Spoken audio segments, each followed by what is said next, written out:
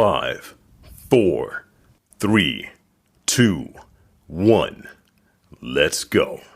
Diary of a Kidney Warrior podcast in partnership with Kidney Care UK. Sharing faith, knowledge, hope, and love. Hi and welcome to Diary of a Kidney Warrior podcast. My name is Dee Moore and I am a stage 4 kidney warrior. This podcast is dedicated to encourage, educate and inspire as we explore all aspects of kidney disease, chronic illnesses and health. If you have any questions or ideas for topics you would like me to cover, please get in contact with me on social media using the handle Diary of a Kidney Warrior. My guest today from London, England is consultant nephrologist and general physician Dr. Taryn Pile. Together, we will be addressing the myths and misconceptions about pregnancy and chronic kidney disease. Dr. Taryn has participated in a renal pre-pregnancy counselling service together with obstetric and obstetric medicine teams, which aims to give women together with their partners and families individualised information and guidance around pregnancy with kidney disease. Dr. Taryn also provides a liaison service to the obstetric medicine team for women with kidney disease who have become pregnant. Hi and welcome to Diary of a Kidney Warrior, the podcast. How are you doing today, Dr. Taryn? Oh, I'm good. Thank you, Dee. Welcome to the podcast. It's an absolute pleasure to interview you today. I tell you, it was quite a challenge sorting out the sound today. It was like pressing lots of buttons, but we got there in the end. And I must say, I'm really looking forward to this interview today because pregnancy and CKD is an area that there is a lot of questions around and there is a lot of myths and misconceptions. And this is going to be the theme of today. We're going to be looking at myths and misconceptions about CKD and pregnancy. And actually, what we're going to do is we're going to do a 2-part interview. And so part 1, today we're looking at the myths and misconceptions. And part 2, we're going to do a listener-led episode where we're going to invite you, the listener, to send in your questions about pregnancy and CKD. So let's kick off. And yes, let's look at misconceptions and myths about pregnancy and CKD. And so for me, the first one would be, is a woman who has chronic kidney disease able to get pregnant? So yes, thank you. And thank you for the invite to participate in this podcast. I'm really honored and privileged to be invited and very excited to be able to share my knowledge and passion about this subject. Is this the right time to say that? I just wanted to say that this area of renal medicine is highly individualized. It's a very specialist area, talking about CKD and pregnancy. And so a lot of what I'll say today is quite general and should not be taken as advice, direct advice to specific patients. And everyone who has CKD or some sort of kidney disease and considering a pregnancy needs to speak to their own doctors and their own medical teams for their unique individual advice and plan. So I just wanted to start with that. So I think that's really important. Very important disclaimer. So yes, can a patient with CKD get pregnant or should they get pregnant? I mean, it's a very common question.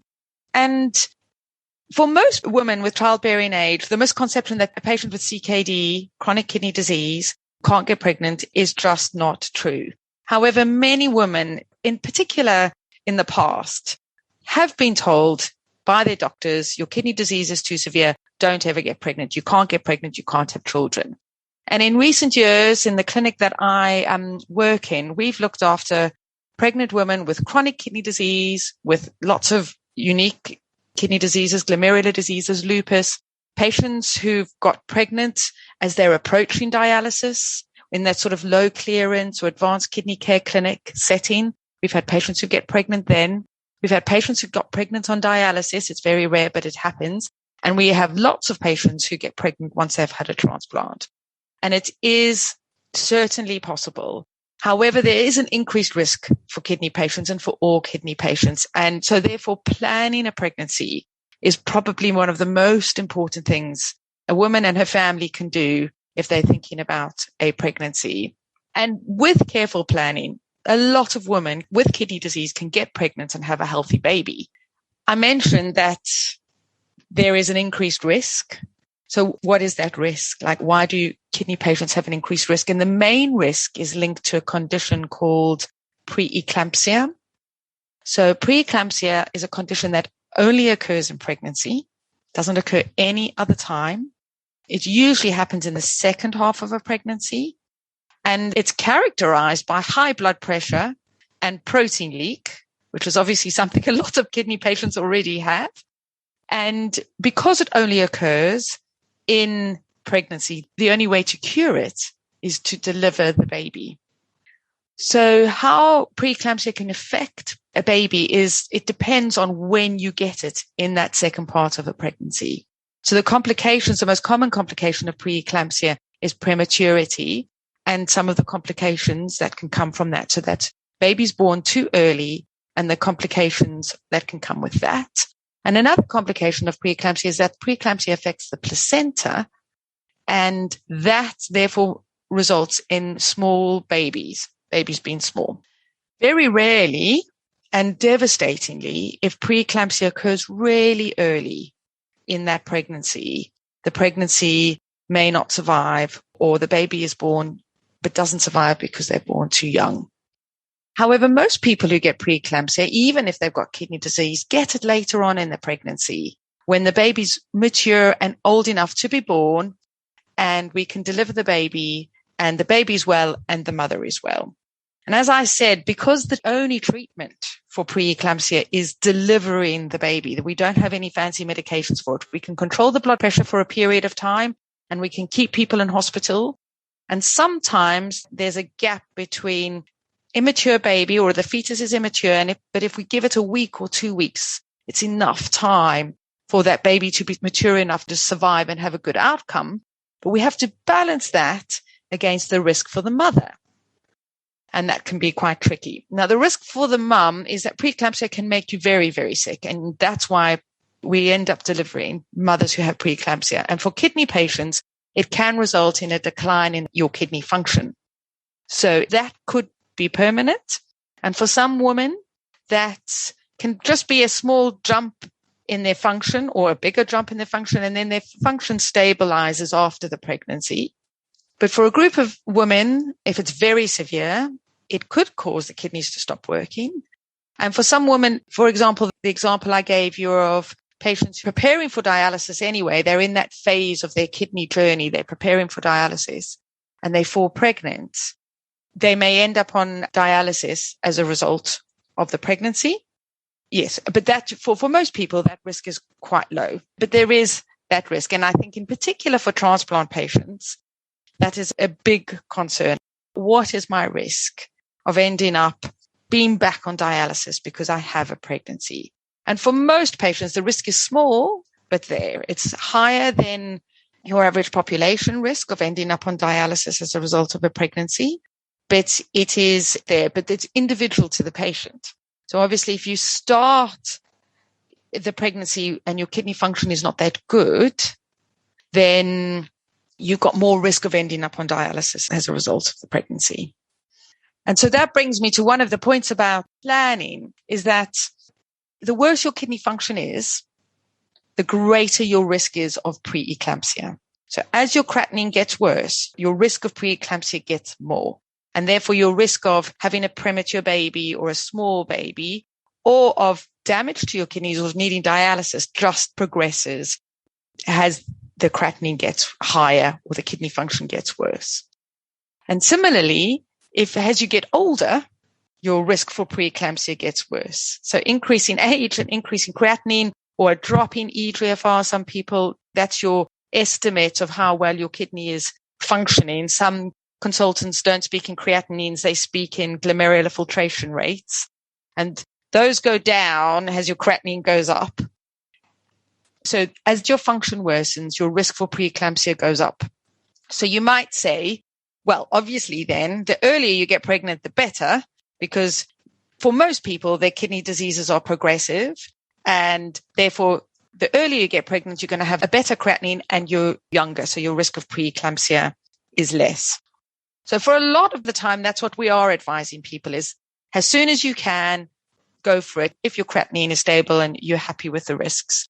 But for other people, that might not be right because, for example, if you are about to go onto dialysis, we might say to you, your risk of preeclampsia is quite high. But if you've already got a live donor set up, why don't you, and let's say you're 25, go off and have your transplant and come back to the pre-pregnancy counseling clinic when you've had a transplant and your kidney function is good.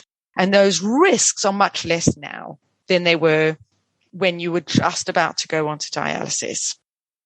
And another group of people, if your kidney disease is not well controlled, so this is particular for lupus patients.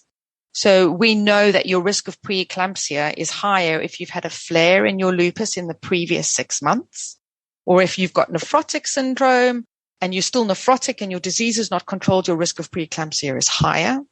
So therefore, we would say actually wait until those conditions are controlled first before you think of falling pregnant. And if you have diabetes and your diabetes is not well controlled, then again, the better control you have of your diabetes, the less chance you have of risks from the diabetes and for preeclampsia. So it may be better to give yourself 6 months or a year to get everything under control before you start, as that will decrease your risk of preeclampsia. So you can see how it becomes very individual to the patient, because then you've also got to take in their individual circumstances. Is it the right time for them to fall pregnant now? Some women only want to fall pregnant with a life partner. Other people don't. But all those things have to be brought into our very individual planning. And that's why we recommend that women give themselves lots of time to think about it, and their families and their partners. We always recommend partners come to the pre-pregnancy counseling clinic because they need to understand all the nuances about it. But those are the sort of things we're looking at. Your kidney function, where you are in your journey, what's your fertility likely to be? You know, if you're 39, your fertility window is going to be smaller than if you're 21. And so all of these things come into play in how we plan for a pregnancy. And then, of course, you need to think of the medications that you're on. Yes. So one of the other misconceptions is that I can't fall pregnant because of X, Y, and Z. So I can't fall pregnant because I'm on this drug. My doctor told me I can't fall pregnant because I'm on, in particular, mycophenolate. And this is a semantics issue. It's one of my bugbears because patients have been told they can't fall pregnant on MMF. And the issue is that they can fall pregnant. They just should not fall pregnant. Right. Because mycophenolate, along with some other medications, are what we call teratogenic, which means they can cause harm to the baby. Right. So mycophenolate in particular is a problem in the first trimester, so the first 12 weeks of the pregnancy. And therefore, we always try and switch patients who are planning a pregnancy off the mycophenolate 3 months before they want to try, so that we can take the medication off, put them on an alternative that's safe, and make sure they tolerate it, that their kidneys remain stable, and that the MMF is not in their system. And then we usually give people, if they're on MMF, a green light to fall pregnant.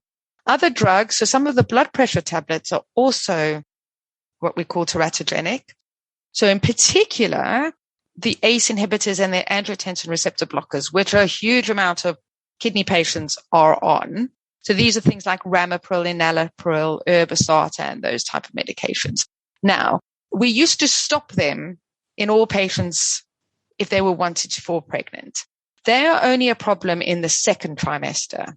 And actually, for a lot of women, it's actually good to keep them on them until they're pregnant because they control their blood pressure really well and they control the proteinuria very well. So those ones need to be stopped in the second trimester. So we normally advise that once you're pregnant, then you stop it.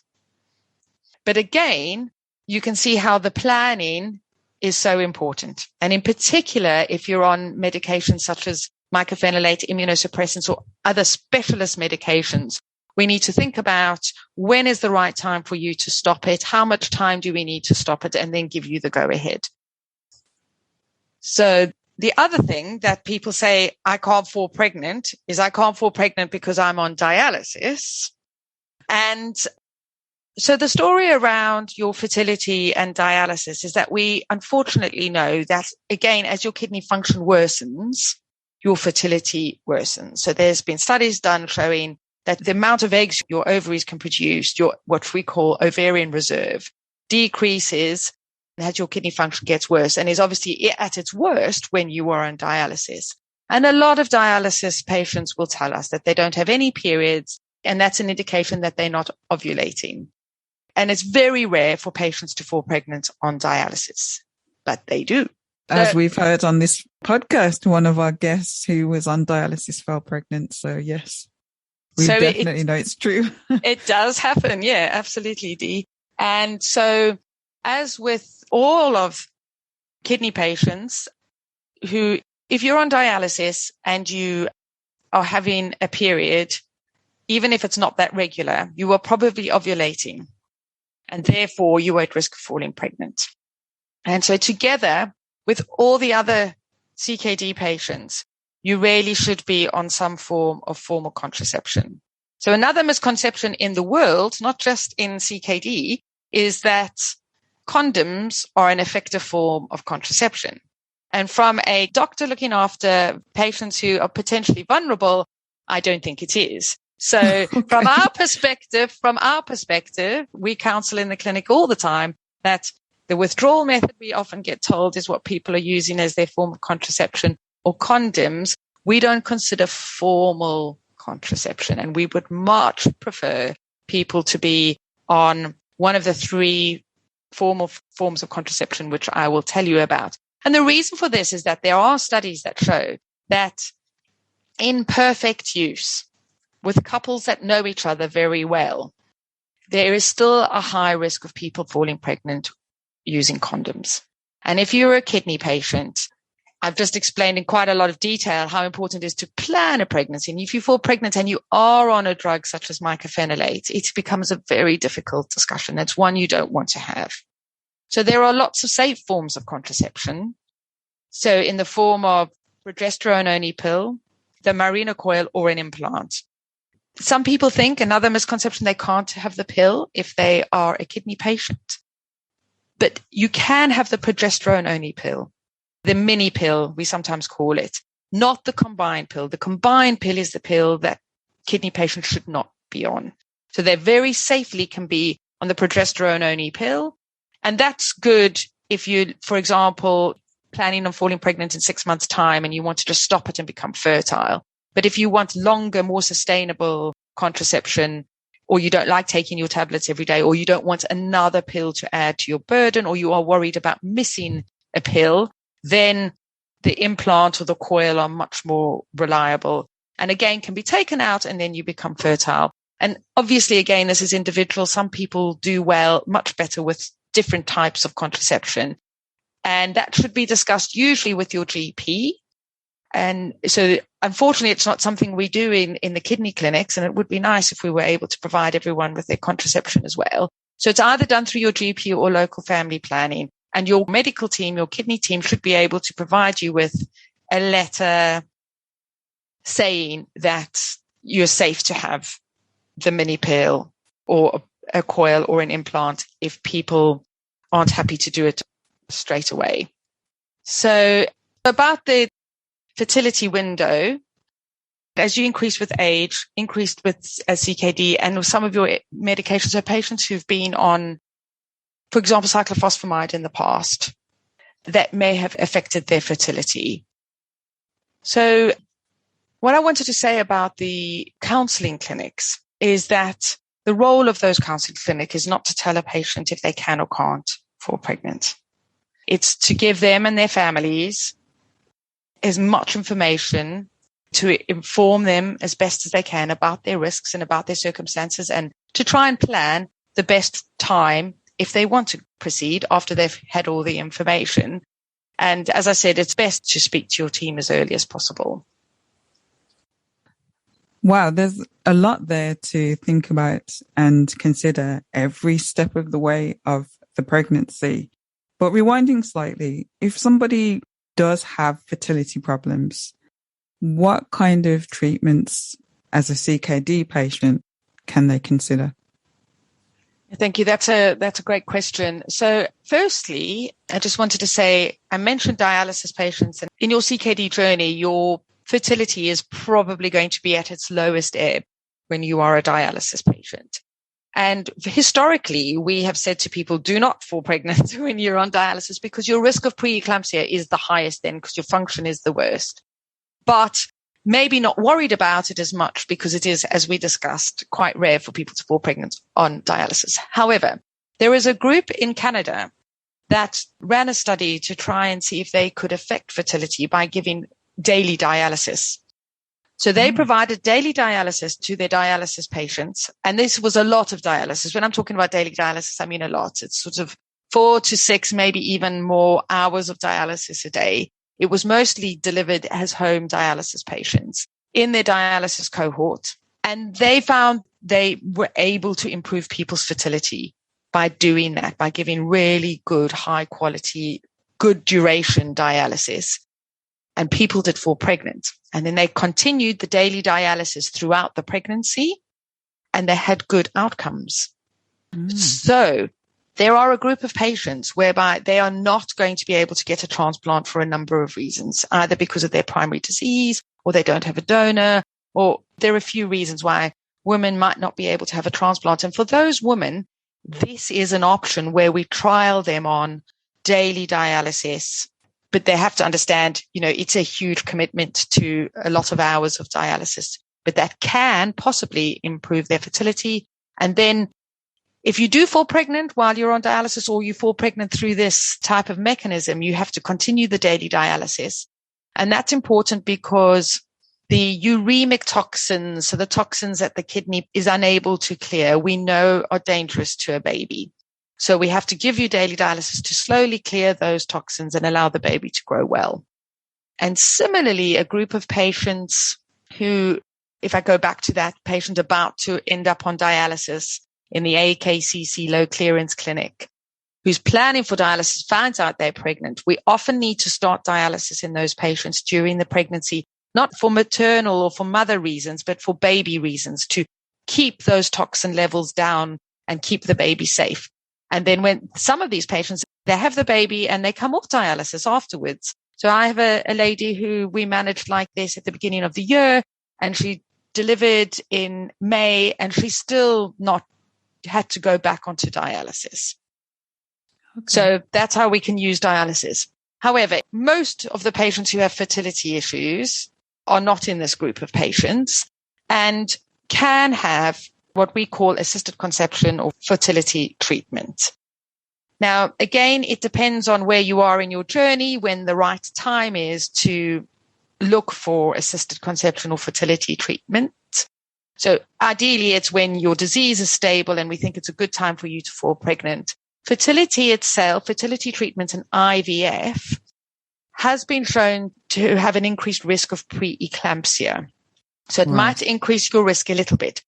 But it looks like that risk is mainly associated with fresh cycle embryo transfer. So what that means is you get given the medication to stimulate your ovaries.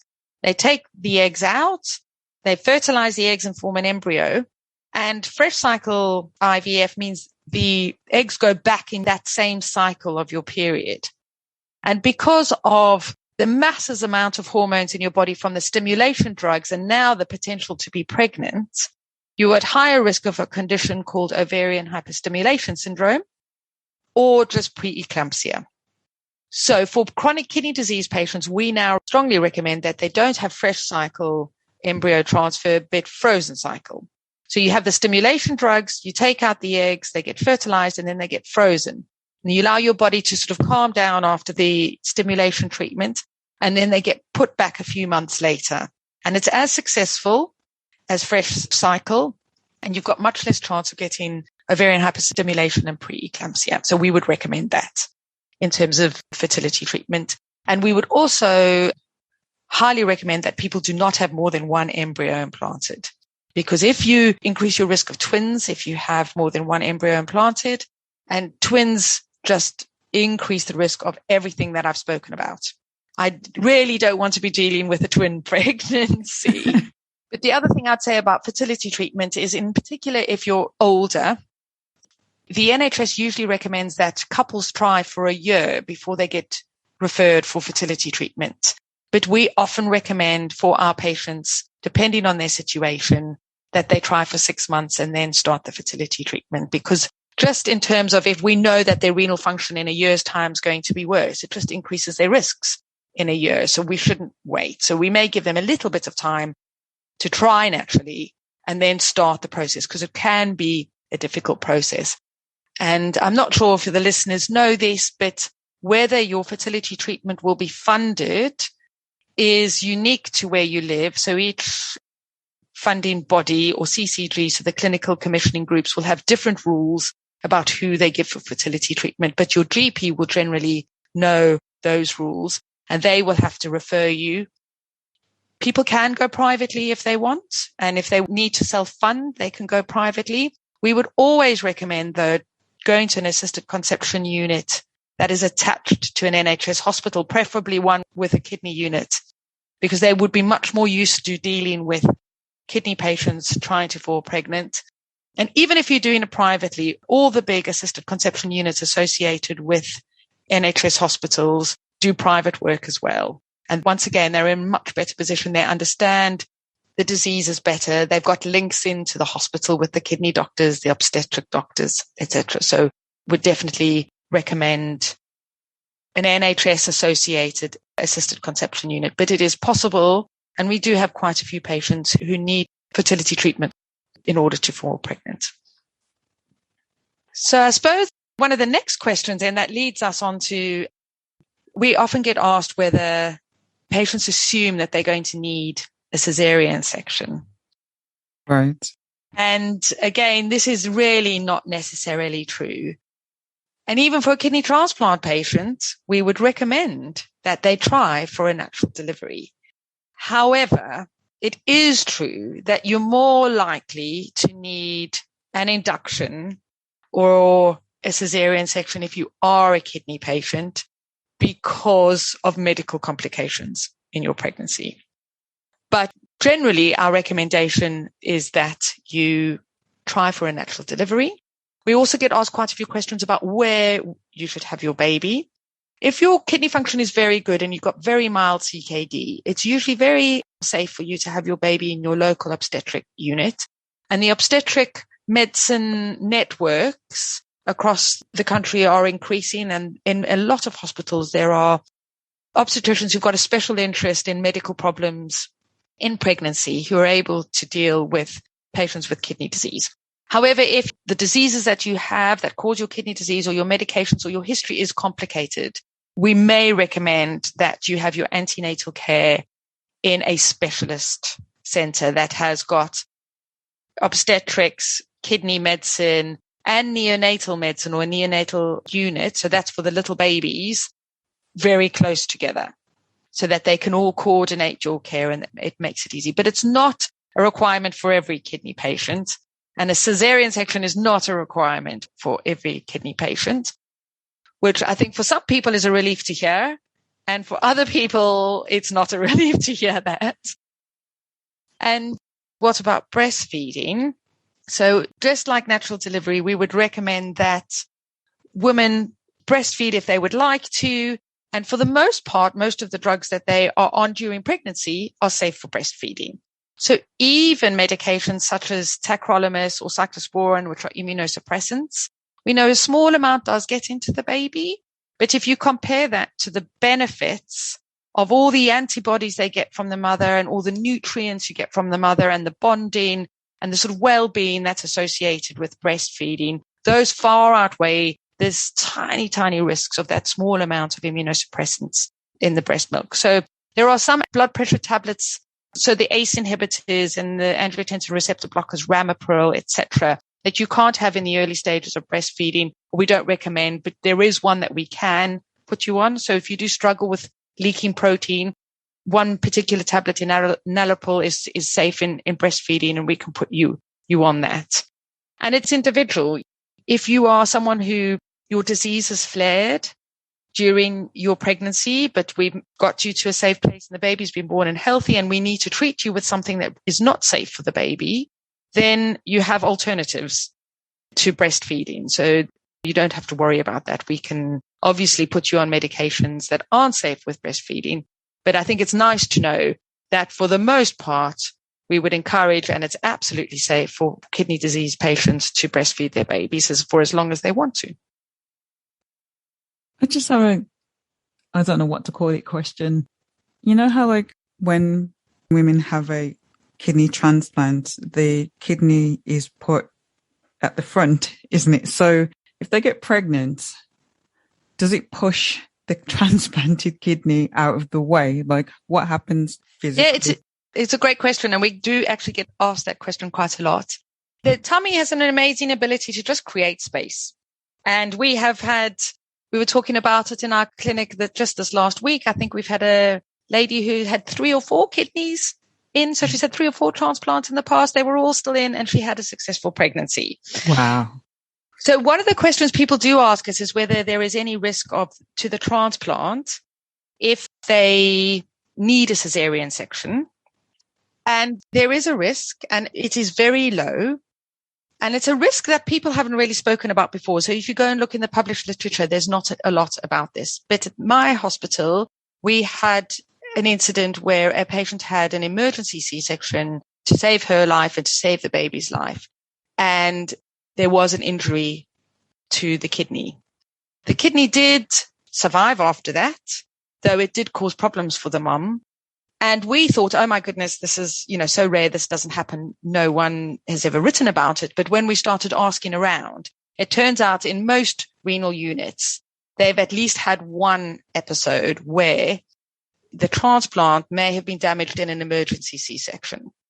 So the important thing is, again, that your pregnancy as a transplant patient, that it's planned, that it's clearly written in your notes that you've got a transplant. If you've had some of our patients have had lots of surgeries to their tummy before.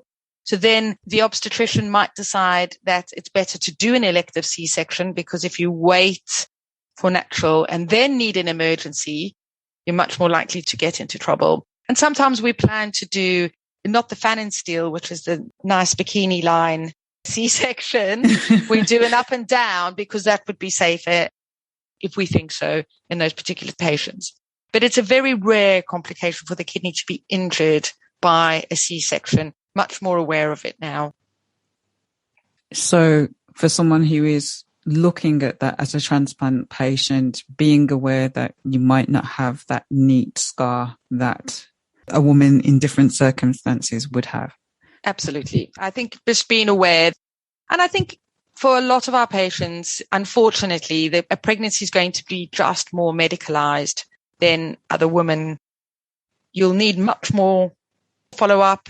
Usually it's, 2 appointments every 2 weeks, or sometimes every month if you're really lucky. You'll end up having more scans. You're more likely to come into hospital for the baby earlier. You're unlikely to be able to have a lovely home birth. It's going to be more medicalized. And I think people do need to understand that. For the most part, though, I think people know that, appreciate that, and are actually grateful that they are going to have the support throughout the pregnancy. But yes, they're more likely to need a cesarean section, and it might need to be not the fan and steel. So not a lovely little scar that can be hidden. So you've covered the risks, the importance of planning the pregnancy and everything associated with that. And some of this can be quite difficult to hear, but this is information that really needs to be out there, because one of the things for me is not setting people up to fail. So sometimes the hard stuff has to be said so that people are giving the full picture. And sometimes that picture can be a very difficult thing to hear. But on the flip side, there is hope. There is light at the end of the tunnel. And so what final word would you like to give to the listeners about pregnancy and CKD?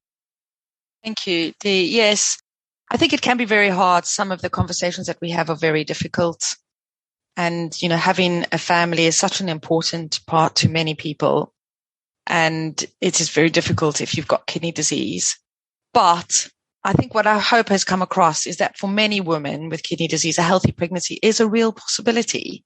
However, it needs to be carefully planned. And the earlier you do the planning, the easier it will be, or the better it will be. So you need to talk to your family, talk to your partner, then talk to your medical team and ask to get referred to a pre-pregnancy counseling clinic. And we are more than happy to see people even when they're not ready to fall pregnant. We're more than happy to see people so that they can think about things and plan things. And then we may see them later along down the line when they are ready to proceed, just to see if their risks have changed. And then the other thing I'd just like to say is come back to my bugbear about contraception and to please, please, please all consider making sure you're on formal contraception. If you're having sexual relations or may have sexual relations with a man and therefore may fall pregnant, because as we've discussed, there are a lot of medications that are harmful to a baby, and an unplanned pregnancy is not ideal for patients with a chronic kidney disease. But we are here to support you in whatever decision you make. And it may not be what the doctors advise in inverted commas, but we will support those decisions and hoping we've given you all the information. Thank you. Thank you so much. I've learned so much today about all the misconceptions and myths around pregnancy, but also how much options there are. And it's so good to hear that there are so many options and so much help available and so much advice and counsel and support there. So thank you so much for your time and for sharing such amazing information. Thank you. It's been an absolute pleasure. Thank you. Thank you for listening to Diary of a Kidney Warrior podcast. And don't forget that you can contact me on social media using the handle Diary of a Kidney Warrior. Please do subscribe to the podcast and please do tell a friend. New episodes of this podcast are released every other Monday. Until next time, take care and choose to live. Diary of a Kidney Warrior podcast in partnership with Kidney Care UK, sharing faith, knowledge, hope, and love.